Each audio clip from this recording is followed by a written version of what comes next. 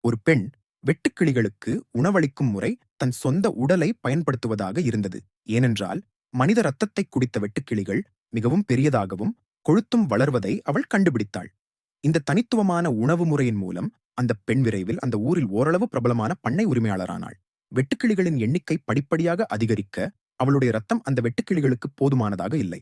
அதனால் மனித ரத்தத்திற்கு பதிலாக கோழி ரத்தத்தை பயன்படுத்த நினைத்து இணையத்தில் சில பேரல்கள் கோழி ரத்தத்தை வாங்கினாள். வெட்டுக்கிளிகளின் காதை கிழிக்கும் சத்தத்தால் ஈர்க்கப்பட்டார். ஆர்வத்துடன் அவர் அதை மூடியிருந்த துணியை விலக்கினார். அடுத்த நொடியே எண்ணற்ற வெட்டுக்கிளிகள் அவர் முகத்தின் மீது பாய்ந்தன. அவருடைய மகன் தன் தந்தையை அங்கிருந்து அழைத்துச் செல்ல வந்தபோது அவர் வெட்டுக்கிளிகளால் தின்று தீர்க்கப்பட்ட எலும்புக்கூடாக மட்டுமே மீறி இருப்பதைக் கண்டான். அந்த மனிதன் பயத்தில் அந்த இடத்திலேயே ஆடையை நனைத்து விட்டான். அவன் உடனடியாக அந்த பண்ணை முழுவதும் பெட்ரோலை ஊற்றினான். சத்தத்தைக் கேட்ட அந்த பெண் வெளியே ஓடி வந்து வெட்டுக்கிளிகளை காப்பாற்ற முயன்றாள். ஆனால் அந்த மனிதனால் அந்த இடத்திலேயே தடுக்கப்பட்டாள். எதிர்பாராத விதமாக அடுத்த நொடி படுபயங்கரமான அந்த காட்சியைக் கண்ட அந்த மனிதன் பயத்தில் அப்படியே உறைந்து போனான்.